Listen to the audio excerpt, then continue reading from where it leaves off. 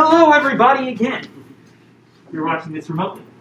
I'm going to go ahead and pass out the quiz for today. I realized I forgot to bring your quiz ones, which I'm planning on passing back, so I'll go grab those before while you're all taking the quiz. But first, where do they send mathematicians who commit crimes? They send them to prison so that they can be with all the other convicts. Okay, go ahead and pass out the quiz for today. Go ahead and take, let's say, 12 minutes for this one. So here, without further ado, here you go.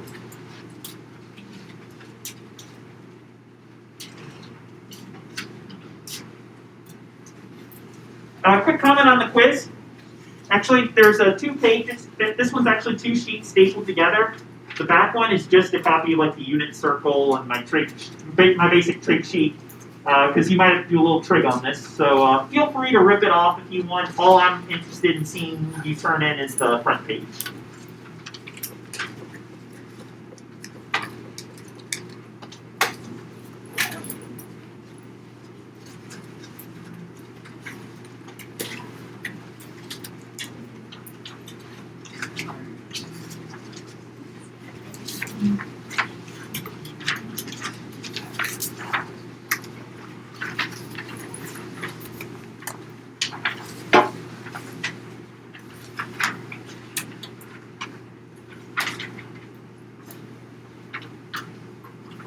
And I will be back in a couple minutes.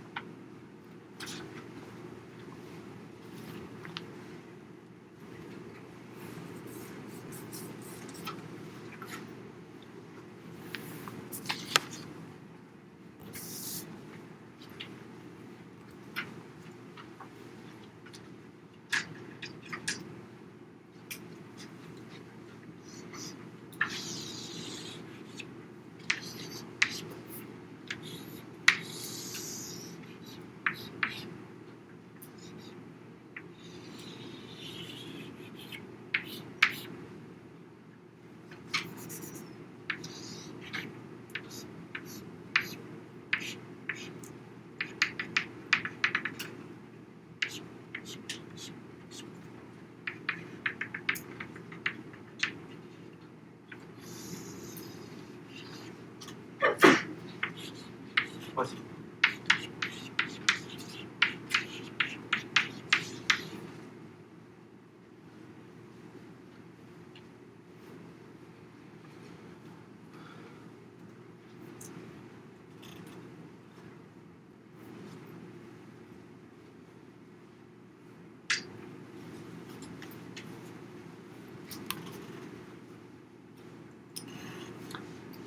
What's on the board is irrelevant for your quiz. Keep going.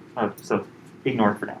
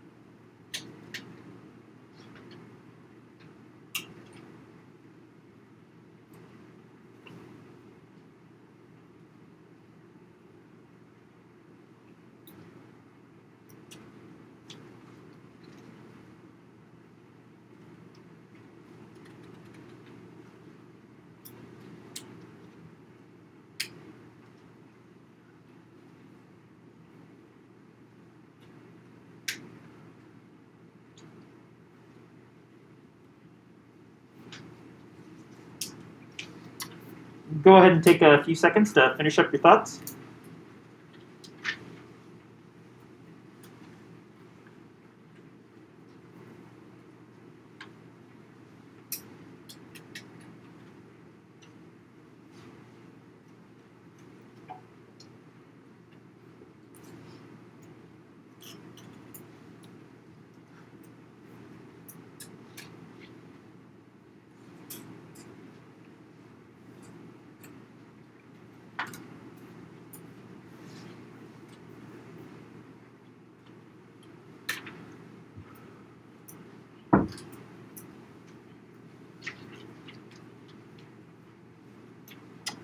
And pass your quizzes forward, please. Pass your quizzes forward, please.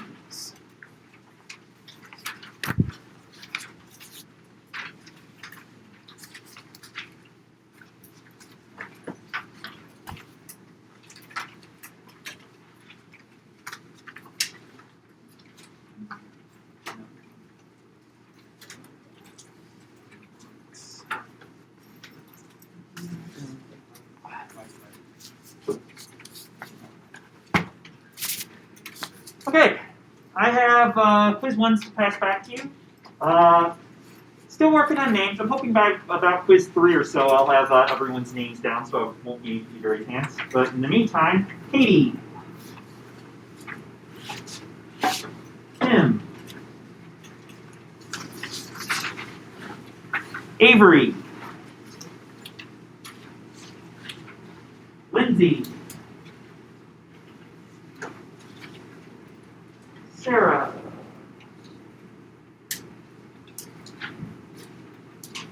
Hannah,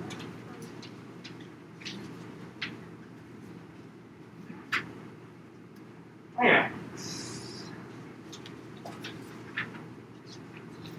Sean,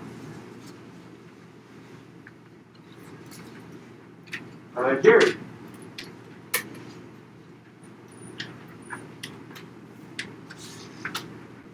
Luke. Okay, hard time reading your name there. Dog.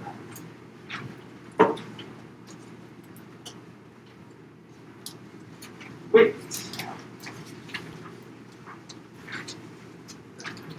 John. Can you pass that back, please? Emily. Yeah. Nicole. Yeah. Sorry, right. Benjamin. Will.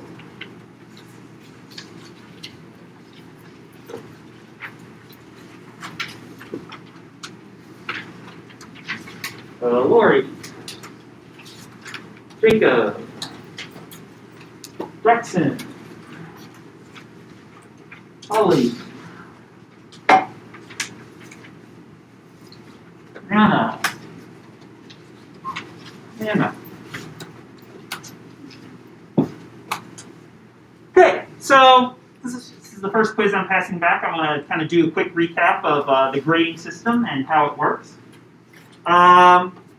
One thing I kind of, you did really well on this quiz. Nice job. The one thing that tripped up a few of you was something I had forgotten to talk about in Standard 1. So I want to talk briefly about that. So, second question on the quiz was to graph this vector v, -3 to -4. And the idea was go 3 into negative x, 2 into positive y, 4 into negative z, draw an arrow, there you go.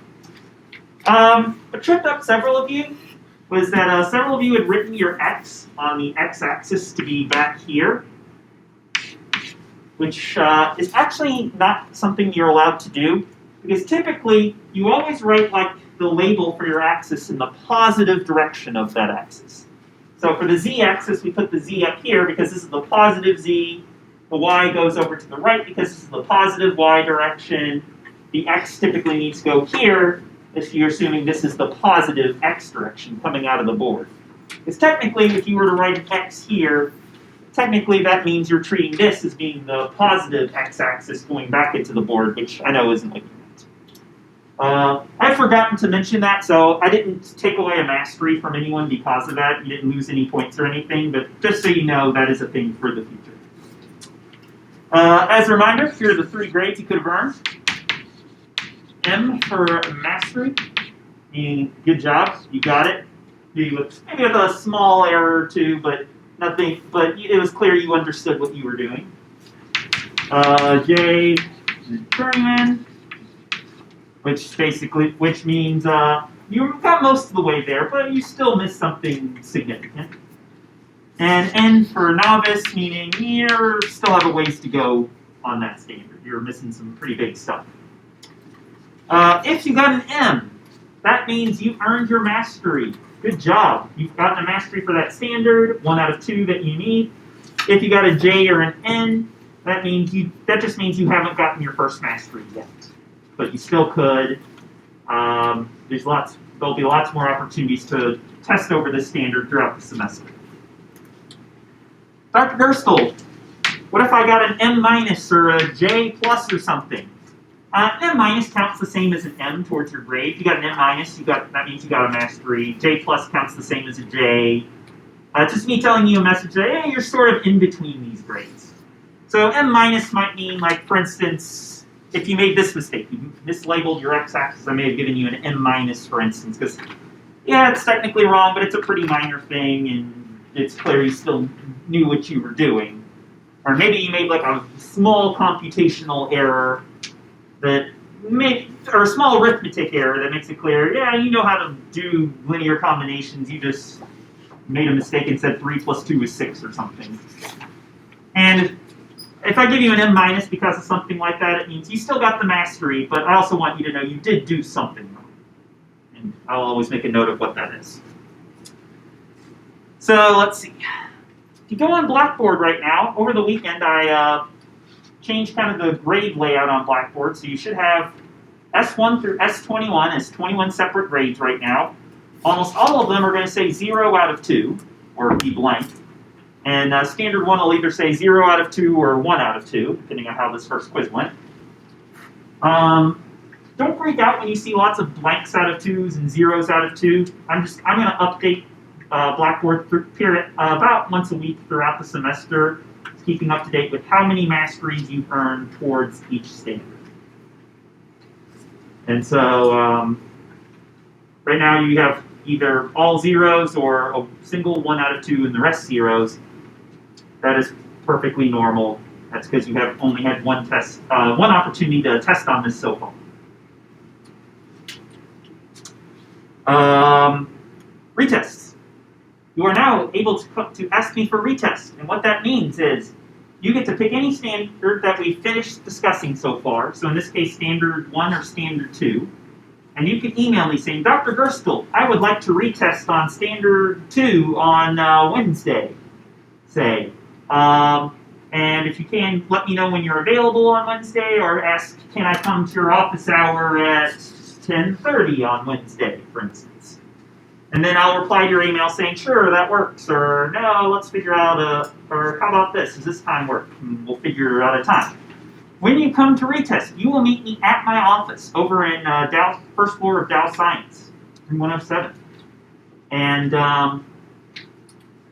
from there, I'll take you to another private room, a couple rooms it could be, and I'll give you like 10-15 minutes to do a retest on that standard. So if you notice, on the quiz I just passed back, it said 1A on it. If you retest Standard 1, you will take 1B, and if you retest again, you'll take 1C, and etc., etc. So when you retest, it won't be the exact same quiz. It'll be over the same standard. It might have slightly different questions, ask you about slightly different things, but it'll be over the same main topics, like dot products, for instance, in Standard 2. You are allowed to ask for a retest on anything that you've taken the initial quiz on, or that the class has taken if maybe you missed class. So you are allowed to ask for a retest on Standard 2 right now, because regardless of how well this quiz went for you, you will need at least one more mastery beyond it. Or you can ask for a retest on Standard 1, where you know exactly where you stand. So You just have to email me and ask and figure something out. But we'll figure a time for you to come in and retest outside of class. And as a reminder, you're allowed to retest once per week for the rest of the semester. What questions do you have about the whole grades, retesting, etc. policy? I know it's kind of complicated, a little bit overwhelming at first.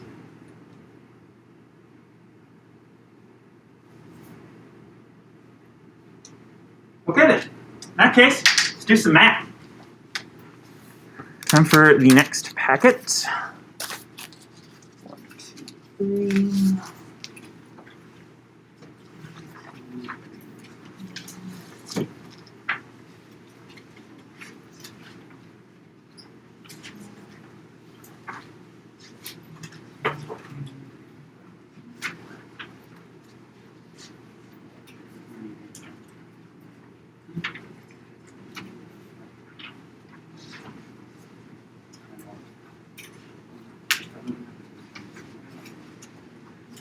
So, standard 3, we're going to be introducing yet another algebraic operation that you can do with vectors. And this time, we're going to introduce something called the cross product, which, unlike with the dot product, the cross product is going to be a way to take two vectors and produce a third vector from the original two. Dot product let you take two vectors and produce a scalar value that gave you information about the vectors. This time, we're producing a third vector. And cross product's interesting in that there's kind of two different ways you can define it, sort of a geometric interpretation of what the cross product is and an algebraic formula for how you compute it. Today we're going to focus on the geometric kind of interpretation of what does the cross product tell you about your two vectors, original two vectors. And then on Wednesday, we'll focus on sort of the algebraic side of how do you actually go through and compute these things with a formula. So, the way cross products work is this. You're going to start with two vectors in R3. So A and B are going to be vectors in R3. Not R2, not R4, not R5. The cross product is going to be very specific to R3. We'll talk about why that is once we kind of define them. And then the cross product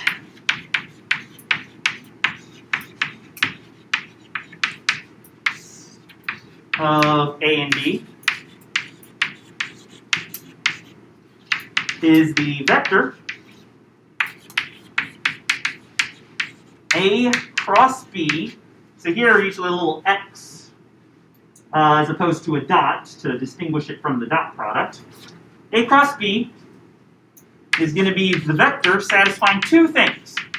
We're going to first say what's the magnitude of the cross product, and second, we're going to say which direction does the cross product point in. And that'll be enough to tell us exactly which vector we're talking about. Because in general, once you know which direction your vector points in and how long your vector is, that's always going to be enough information to narrow it down to it has to be this one vector. So first of all, if we look at the length, we can say that if theta is the angle between A and B, so let's say here's our vector A, here's our vector B, and just like in standard 2, theta is going to be the angle in between, which is something you should know how to calculate now from standard 2 using the dot product. If theta is the angle between A and B, then the magnitude of the cross product should be equal to the magnitude of A times the magnitude of B times sine of theta. So with the dot product, you can compute cosine of theta, and thus theta from there. For computing the magnitude of the cross product, you actually need sine of theta. And it turns out sine of theta is actually, or this expression is going to mean something geometrically. It means if you kind of travel A and then B, B then A, in such a way as to get a parallelogram like this, the magnitude of the cross product is going to be equal to the area of this parallelogram.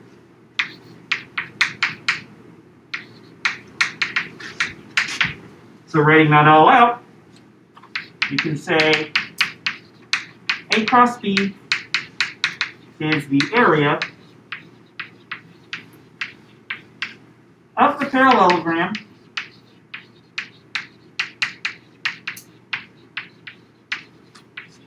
that gets spanned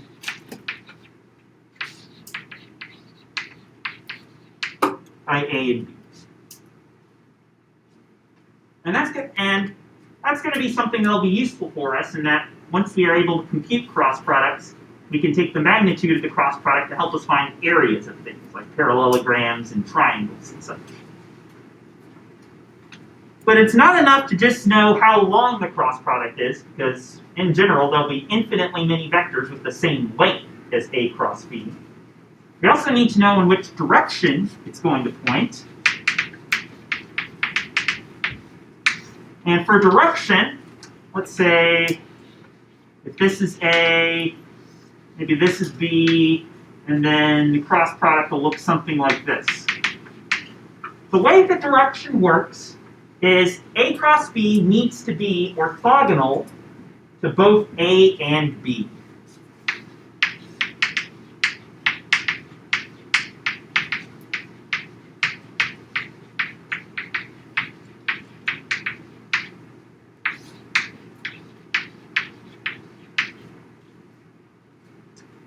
So we mentioned this word orthogonality orthogonal back in Standard 2. Anybody remind me what it means for something to be orthogonal to another vector?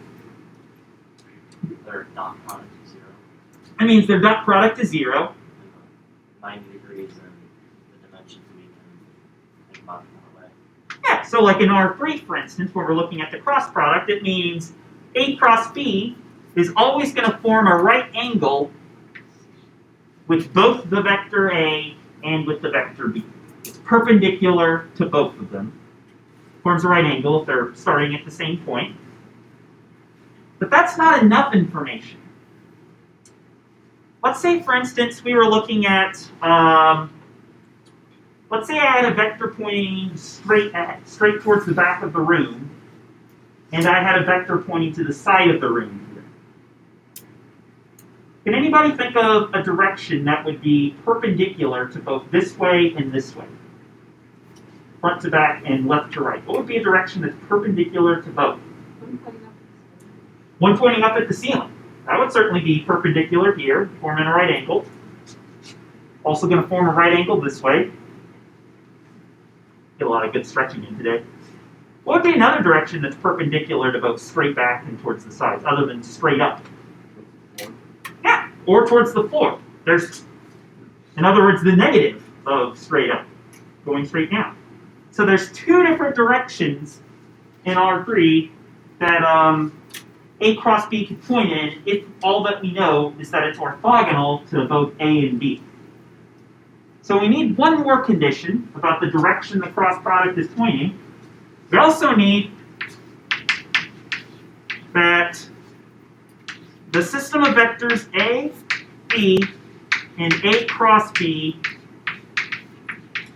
forms a right-handed set of vectors.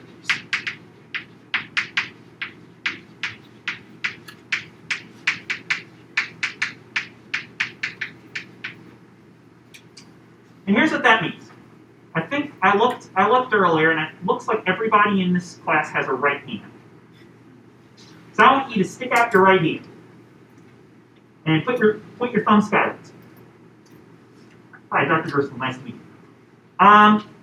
What it means to say that A, B, and A cross B form a right-handed set of vectors means if you start by pointing your fingers, these fingers, in the same direction as the vector A, and if vector B is located in a place where you can kind of sweep your fingers inwards towards that vector, so in this case I'm pointing towards A, and if I curl my fingers inwards, I can make them point in the direction of B, then whichever direction your thumb is currently pointing is going to be the direction of A cross B.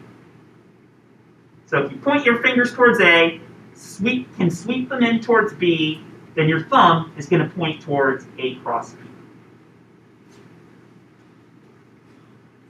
On the other hand, if we wanted to do something like B cross A, I can't manipulate my thumb to point straight up anymore, because if I start with my fingers in the direction of B, I can't curl my fingers inwards towards A, because A is in the opposite direction of the way my fingers curl.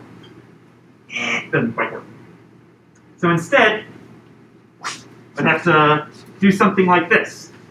Because now, if I start with my fingers in the direction of B and then curl them inwards towards A, now my thumb's going to point in a different direction, and that would be the direction of the cross product of B and A, where I start with my fingers in the direction of the first vector, sweep them in towards the direction of the second vector, and my thumb points in the direction of the cross product. And that is going to be our geometric description of how the cross product is defined. It's going to be the only vector in R3 whose length is equal to the area of this parallelogram spanned by A and B, that is orthogonal to A and to B, perpendicular to both the original two vectors, and satisfies this right-hand rule where your thumb points in the direction of the cross product.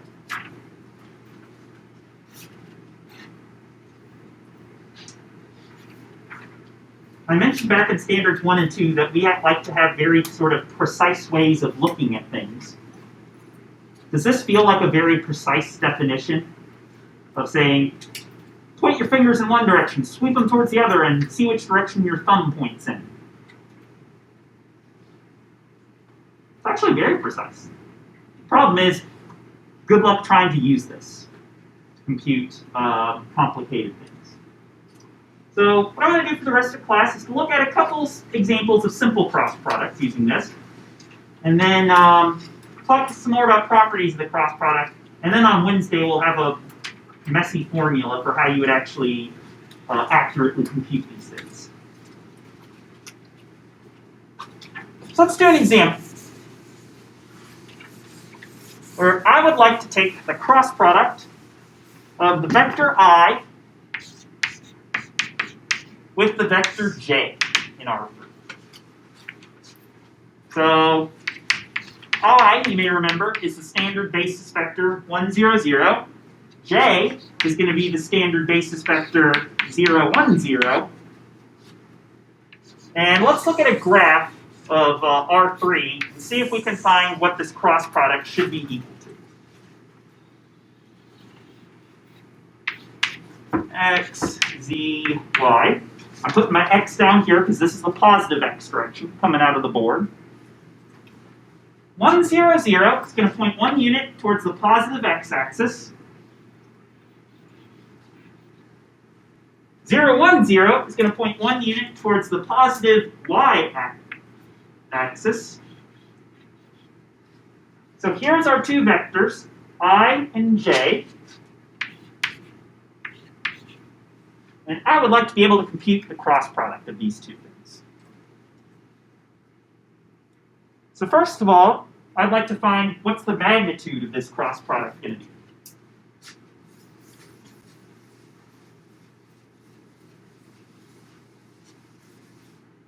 So if we look at the parallelogram, which in this case is going to be a square since I and J are perpendicular to each other, that's kind of spanned by these two vectors. So 1 unit out in the positive x, 1 unit out in the positive y. That's going to form a square. What's going to be the area of that square?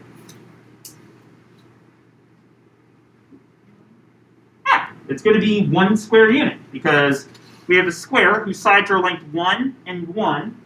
And so the area is just going to be 1 times 1 is 1. If you want, you can even use the formula I had written up earlier. The magnitude is the magnitude of the vector I times the magnitude of the vector j times sine of the angle between them. It's going to be the angle between I and j, by the way.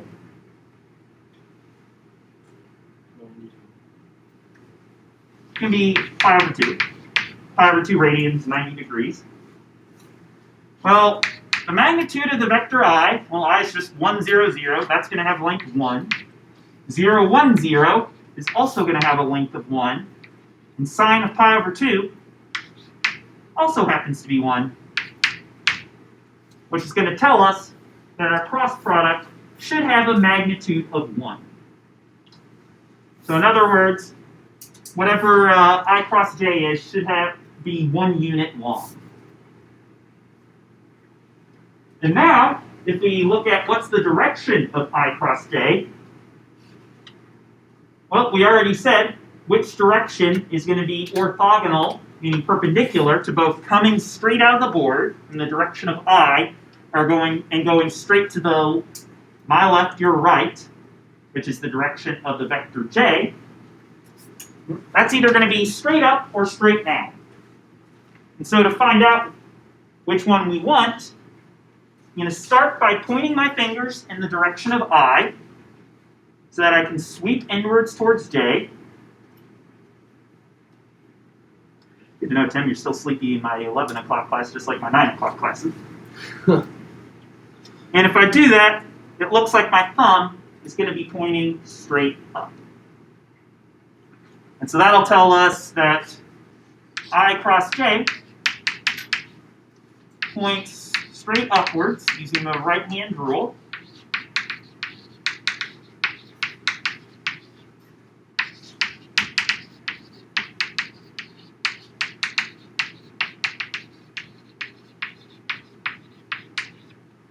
And now, they could say exactly what I cross j is, because what vector in R3 is going to have a length of 1 and is going to point straight upwards? It's going to be 0, 0, 1, or, using the standard basis vector notation, it's going to be the vector k.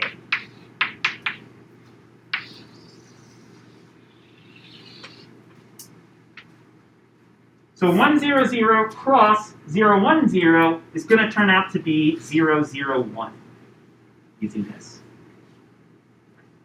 It's the only vector that points in the right direction, straight up, which is the right-hand direction we get that's both orthogonal to I and to j, and also has the correct length of 1.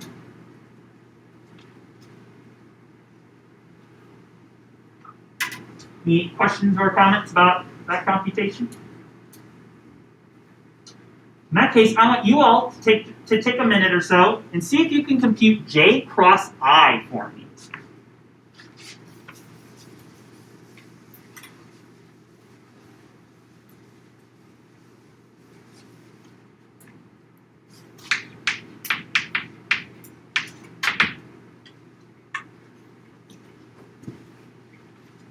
And see if you notice anything that surprises you, maybe.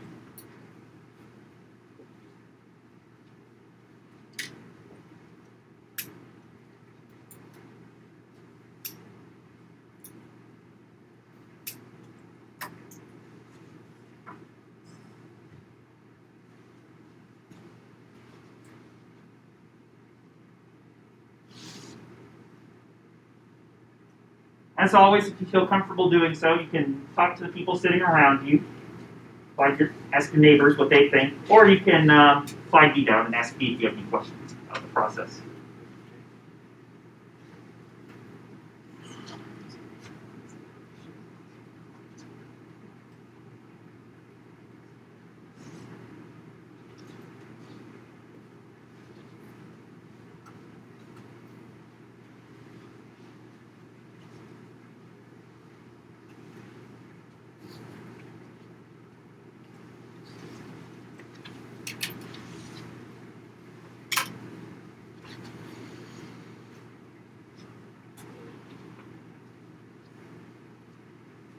So let's start with the magnitude of j cross I.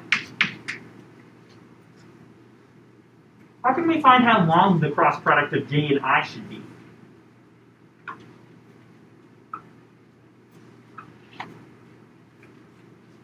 Using the same sign formula or doing the area. yeah, either way, if we just swap I and j in this formula, take magnitude of j times magnitude of I times sine of pi over 2, it's going to come out to the same thing. Changing the order of the vectors within the cross product isn't going to change the magnitude of the result. Because these are just real numbers, and real number multiplication is commutative. You can move the order of these around however you want. That's still going to be 1. What direction is j cross I going to be pointing in this time? It's pointing down. It's going to be pointing down. Because if I start by pointing my fingers in the direction of j like this, I can't curl inwards towards I should be going out of the board. So I have to flip my hand upside down so that if I point in the direction of j and curl inwards, it'll take me towards I. And so then, if our thumb are pointing straight down, that tells us j cross I points downwards.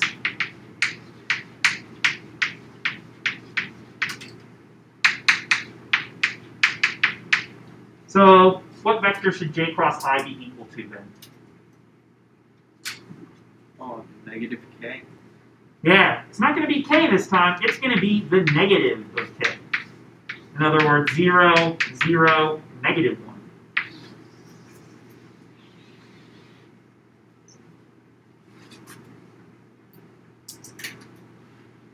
Is that surprising to anyone? They came out to not k again, but to negative k? Feels a little bit surprising to me because with the dot product, one of the things we saw is that if you take a dot b versus b dot a, it'll always come out to the same thing. The dot product is commutative. But the cross product isn't commutative. In fact, it has another property called anti-commutativity,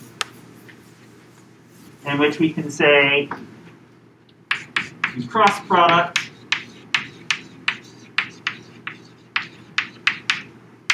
is anti-commutative, and that A cross B and B cross A are always going to be negatives of each other.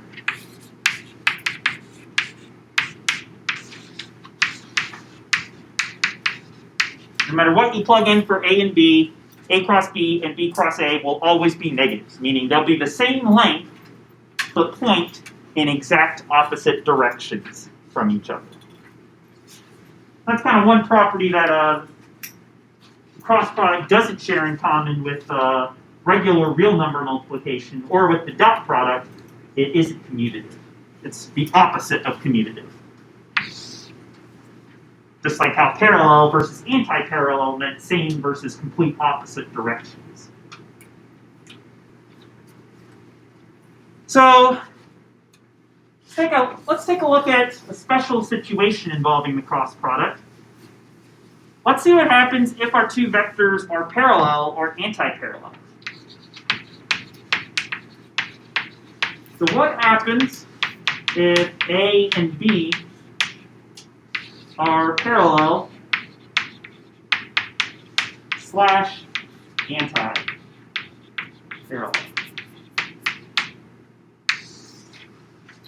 So if let's say this is my vector A, and let's say this is going to be my vector B, what can we say about the magnitude of A cross B? If we were to try and find the area of the parallelogram that's going to be spanned by these two vectors, what would that come out to? I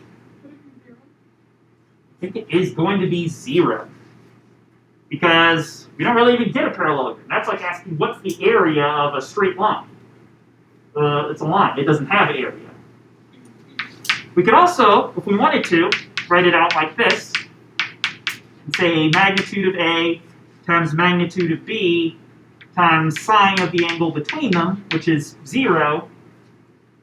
And since the sine of 0 radians is equal to 0, that's going to tell us that A cross B, using the formula, has to have a magnitude of 0. It has a length of 0 units because that's the area of this parallelogram, so-called parallelogram that's made. And if A and B were anti-parallel, if they pointed in opposite directions, we'd get sine of pi radians instead of sine of 0. But sine of pi radians would also come out to 0, so it would still be 0 for the magnitude. And here's the kicker. If A cross B has a magnitude of 0, I claim we don't even need to check the direction. What vector is A cross B going to have to be equal to if it has a magnitude of 0? There? It has to be the 0 vector. 0, 0, 0. Or sometimes for the 0 vector, you'll just see a single number 0 with a little vector symbol above it. Sorry, I'll write it up here. If you ever see 0 with like a vector symbol above it, that just means it's the vector where all of the components are equal to 0.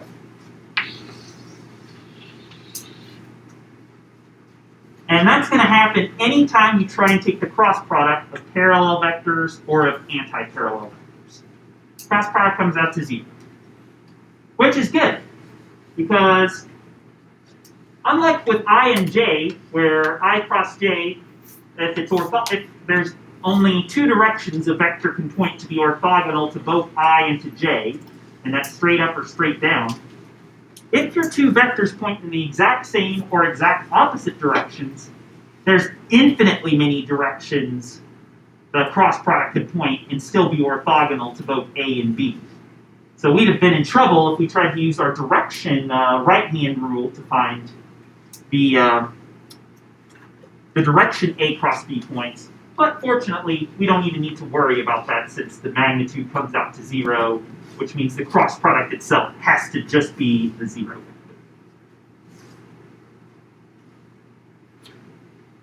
Any questions or comments about parallel versus anti-parallel, or parallel and anti-parallel cross products? This is just a special case of vectors where computing the cross product is very easy. They point in the same or opposite directions. The cross product is just going to be 0. 0 vector. Unlike with the dot product, where the dot product of parallel versus anti-parallel vectors is going to be something positive if they're parallel and negative if they're anti-parallel. So, I mentioned earlier that this only works if you're looking at vectors in R3. And I want you to take a minute to think about, why can't we do this magnitude direction process in other dimensions? And specifically, I want you to think about 2 questions. Why couldn't we do this in R2? And why can't we do this in R4?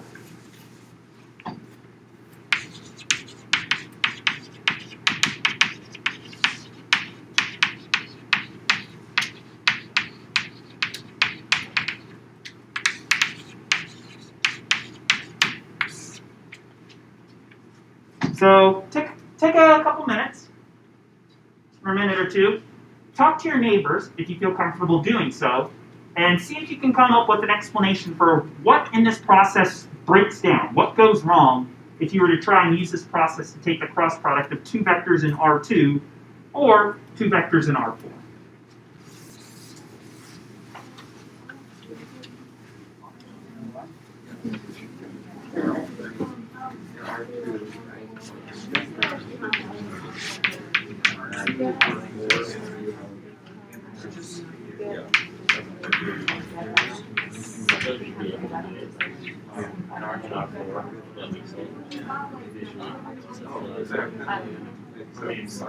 What is it? Yeah. In an hour. Sideways.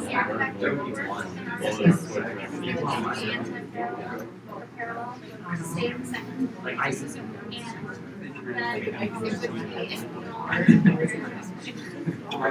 Well, in R2 there's only one angle.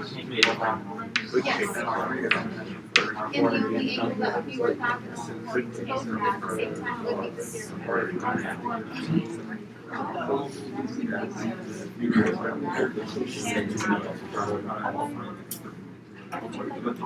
And we don't know Oh, how to graph our if you're in the third dimension, keep going. If you're in the third dimension and you're taking cross product, you get something in the fourth dimension. Yeah. No, the cross product works. It starts in 3 dimensions and still ends in 3 dimensions. I'm not sure what you mean by how you have to plug it in. It's like the cross product of two, like A and B are always these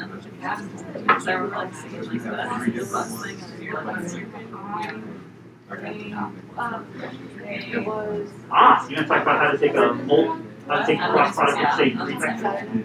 You can actually do that in R4.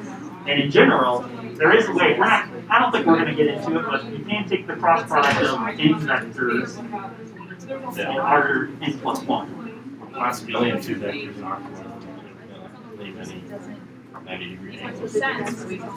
Grad school. Grad school. Oh, I might mention if you remind me when we get to standard 4 and start talking about planes, I can talk a little bit about how you do that kind of thing. Because the computation isn't that much harder, it turns out. It's just that the intuition is a lot more. Okay, so you all seem to be quieting down. Anybody tell me, what seems to go wrong in R2? If I wanted to take a cross product of A and B, these two vectors, in say 2-dimensional space, why can't I do that? There's only one vector that would be orthogonal to both vector A and B, and that would only be if vector A and B were either both parallel to each other or anti-parallel to each other, and that vector would also be the 0 vector. Actually, I think if A and B are not parallel or anti-parallel, then the 0 vector is the only thing perpendicular to both of them. I think if they pointed in the same direction, then you could actually have more than one. Like say, like that, like that, like that. There'd actually be infinitely many. But I think you're onto something in your idea that you can't find enough perpendicular vectors, so to speak. And I think that's absolutely right. We can say that unless A and B are parallel or anti-parallel,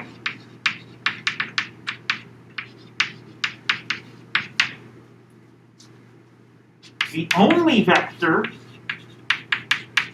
orthogonal to both A and B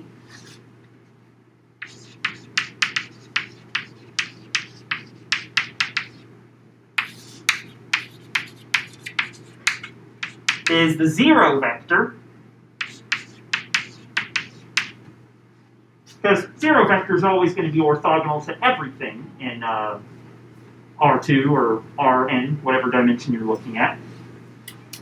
So why can't we just take the dot product of A and B to be the 0 vector? Then it wouldn't have the area of the span. Yeah, it would have the wrong magnitude. 0 vector always has a magnitude of 0, and unless A and B are parallel or anti-parallel, that parallelogram you're going to get is going to have some positive area to it. It's the 0 vector, which doesn't have the right magnitude.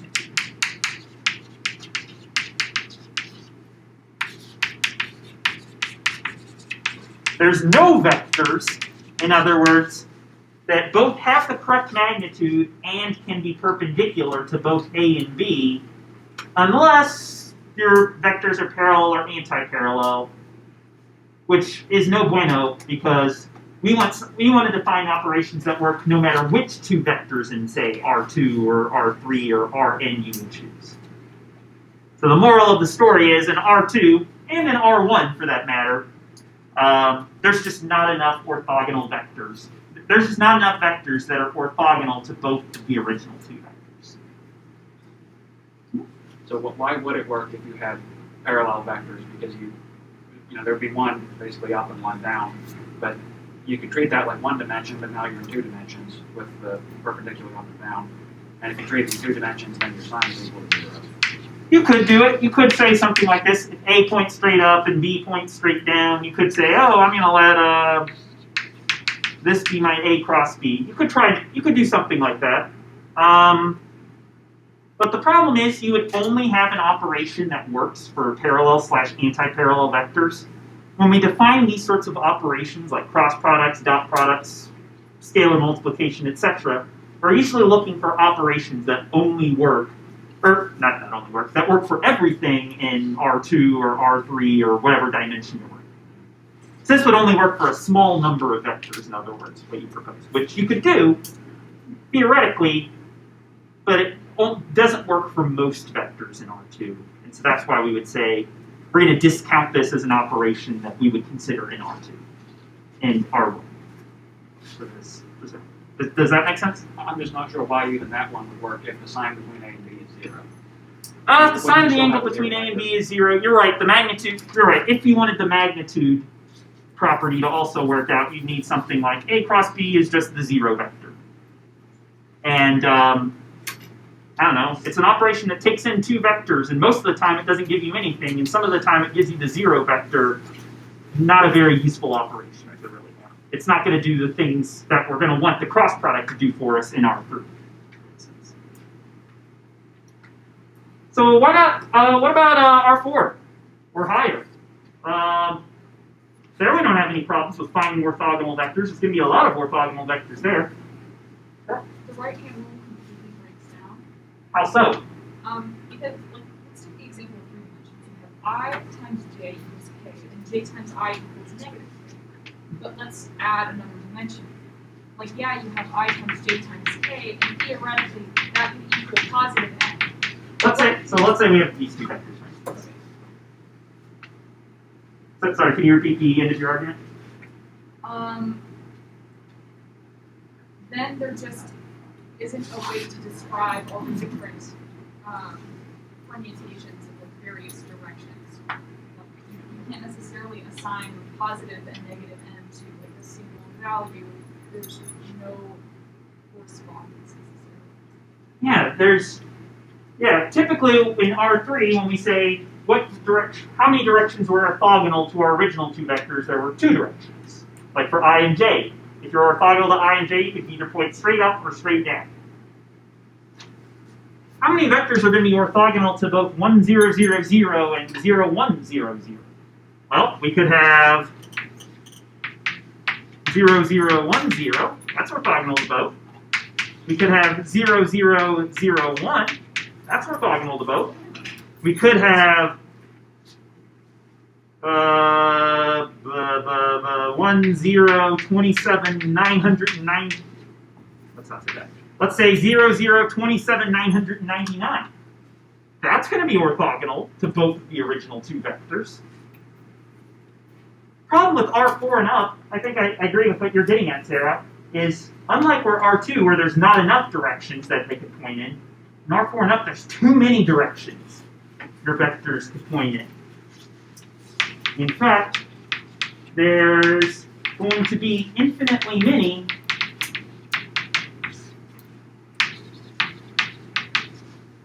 directions A cross B could point in that's orthogonal to both A and B, even considering the right-hand rule.